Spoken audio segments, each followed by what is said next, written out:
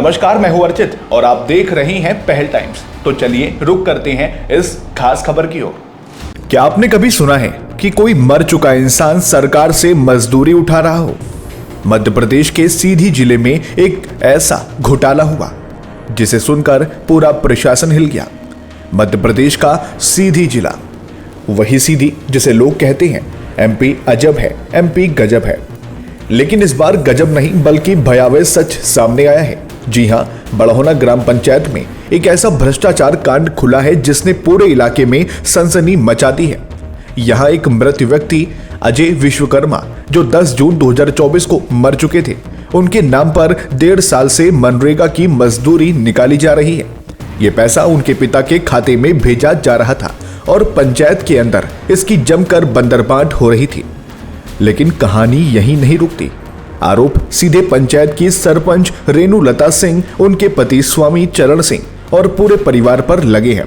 कहा जा रहा है कि सरपंच की बड़ी बेटी करिश्मा सिंह जो रीवा जिले में रहती हैं और पुलिस विभाग में उप निरीक्षक के पद पर तैनात हैं, उनका भी फर्जी जॉब कार्ड बनाकर बड़होना पंचायत में मजदूरी दिखाकर पैसा निकाला गया। ध्यान दीजिए, करिश्मा सिंह के नाम पर 2 अलग अलग जिलों में समग्र आईडी, वोटर लिस्ट में नाम और फर्जी मजदूरी, सब कुछ एक ही साथ। इसी तरह सरपंच के दोनों बेटे धीरज सिंह चौहान और नीरज सिंह चौहान, यहां तक कि बहू चाहना सिंह और पति स्वामी चरण सिंह तक, सबके नाम पर बिना काम किए पैसे निकाले जाने के आरोप हैं। नीरज सिंह ने तो NSC एसोसिएट्स नाम से फर्म बनाकर पंचायत में अपने ही बिल पास करवा दिए। लेकिन पूरा मामला तब गरमाया जब सामाजिक कार्यकर्ता अरुणेंद्र सिंह ने 14 अक्टूबर 2025 को इसकी शिकायत मुख्य कार्यपालन अधिकारी जनपद पंचायत सीधी को दी। उसी शाम जब वे शिकायत देकर लौट रहे थे, तभी एक ब्लैक कार जिसे चलाने का आरोप सरपंच के पति पर है, उन्होंने उन्हें कुचलने की कोशिश की। ये घटना थाने में दर्ज भी कराई गई। शिकायत के बाद जब जांच शुरू होने वाली थी तो 5 नवंबर की रात पंचायत भवन में चोरी हो गई। लेकिन लोग कहते हैं कि ये चोरी नहीं बल्कि घोटाले के दस्तावेज मिटाने की चाल थी। अब सवाल ये है, जब इतने गंभीर आरोप हैं तो जांच क्यों ठप है? वरिष्ठ अधिकारी चुप क्यों हैं? क्या ये डबल इंजन सरकार भ्रष्टाचार के खिलाफ कार्रवाई करेगी या फिर गरीबों का हक ऐसे ही मृतकों के नाम पर लूटा जाता रहेगा?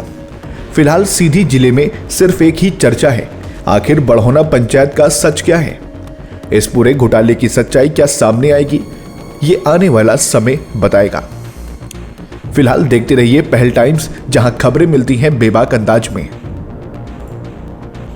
मैं अरुणेंद्र चौहान, ग्राम पंचायत बड़होना जनपद पंचायत सीधी के वर्तमान सरपंच श्रीमती रेणुलता सिंह, सचिव श्री राम सुशील पटेल द्वारा शासन की राशि का आहरण कर निजी विकास किया गया है। और जैसा कि मैं आप सभी को अवगत करा दूं कि सरपंच श्रीमती रेणुलता सिंह के छोटे पुत्र नीरज सिंह द्वारा निजी फर्म बना करके और फर्जी तरीके से शासन की राशि का आहरण उसी फर्म में किया गया है। सरपंच रेणुलता सिंह की पुत्री करिश्मा सिंह, जिनका विवाह तिलखन जिला रीवा में श्री प्रदीप सिंह उप निरीक्षक के साथ हुआ है, लगभग 5-7 वर्ष पूर्व। उनका भी समग्र आईडी में नाम बड़होना में ग्राम पंचायत बड़होना जनपद पंचायत सीधी में भी है और तिलखन जिला रीवा में भी है। 2 समग्र आईडी दोनों जगह नाम, और वोटर आईडी कार्ड में तिलखन में नाम है। उनका भी जॉब कार्ड बनवा करके और बगैर मजदूरी किए, उनके द्वारा मजदूरी नहीं की गई है, इसके बाद भी फर्जी तरीके से राशि का आहरण किया गया है। सरपंच पति श्री स्वामी चरण सिंह के द्वारा भी मजदूरी नहीं की गई और खाते में राशि का आहरण किया गया है। सरपंच की पुत्र वधू चाहना सिंह के द्वारा भी मजदूरी नहीं की गई और राशि खाते में आहरण किया गया है। बड़े बच्चे धीरज सिंह के द्वारा भी मजदूरी नहीं की गई। और ऐसे तमाम कार्य जो मानक आधार पर नहीं है या नगण्य है,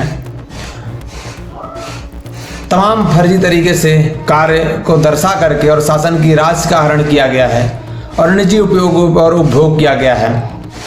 समस्त कार्यों की जांच के लिए मेरे द्वारा आवेदन मुख्य कार्यपालन अधिकारी जनपद पंचायत सीधी में किया गया था 14 अक्टूबर को। और उसी सायं लगभग 8 बजे के आसपास मैं स्कूटी से अपने घर वापस आ रहा था तो स्वामी चरण सिंह की कार ब्लैक कलर की बढ़ौना में ही मुझे जानलेवा हमला किया गया, ठोकर मारने का प्रयास किया गया, जिससे मैं बाल बचा, जिसका मैं आवेदन थाना में भी सूचना जिसकी मैं दिया हूँ। और तमाम ऐसे उनके कार्यों की जांच के लिए भी मैं मुख्य कार्यपालन अधिकारी से लेकर के अपर कलेक्टर से लेकर के और माननीय कलेक्टर महोदय तक के लिए ये मेरे द्वारा संज्ञान में लाई गई है और इसकी जांच के लिए आवेदन दिया गया है। अब सवाल ये उठता है कि जो कार्य मानक आधार पर नहीं है तो जो सक्षम अधिकारी रहे होंगे तो उनके द्वारा क्या मूल्यांकन स्थल पर आकर के और कार्य को देख करके मूल्यांकन किया गया या फिर मोटी रकम लेकर के? सवाल तो लाजमी है और जांच भी आवश्यक है। ऐसे तमाम भ्रष्टाचार को उजागर करना मेरा दायित्व भी है। और सवाल यह उठता है कि अब इसमें कोई कार्यवाही हो पाएगी या नहीं। और तमाम मध्य प्रदेश सरकार से, प्रशासन से मैं अपेक्षा यही करूंगा कि इसकी निष्पक्ष तरीके से जांच हो करके और कार्यवाही किया जाए ताकि इस प्रकार के कार्यों की पुनरावृत्ति और इस प्रकार के भ्रष्टाचारों की पुनरावृत्ति ना हो।